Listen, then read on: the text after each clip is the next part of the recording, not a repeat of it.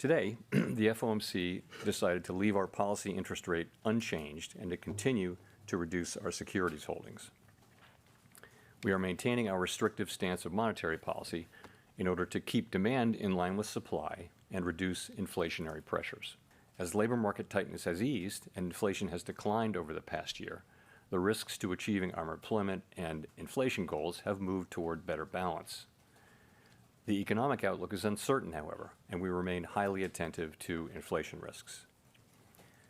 We've stated that we do not expect it will be appropriate to reduce the target range for the federal funds rate until we have gained greater confidence that inflation is moving sustainably toward 2%. So far this year, the data have not given us that greater confidence.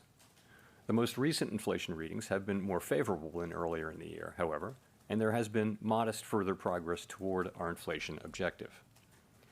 We'll need to see more good data to bolster our confidence that inflation is moving sustainably toward 2%. We know that reducing policy restraint too soon or too much could result in a reversal of the progress that we've seen on inflation. At the same time, reducing policy restraint too late or too little could unduly weaken economic activity and employment. In considering any adjustments to the target range for the federal funds rate, the committee will carefully assess incoming data, the evolving outlook, and the balance of risks.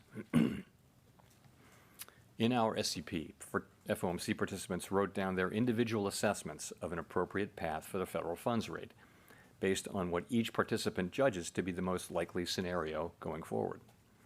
If the economy evolves as expected, the median participant projects that the appropriate level of the federal funds rate will be 5.1% at the end of this year, 4.1% at the end of 2025, and 3.1% at the end of 2026.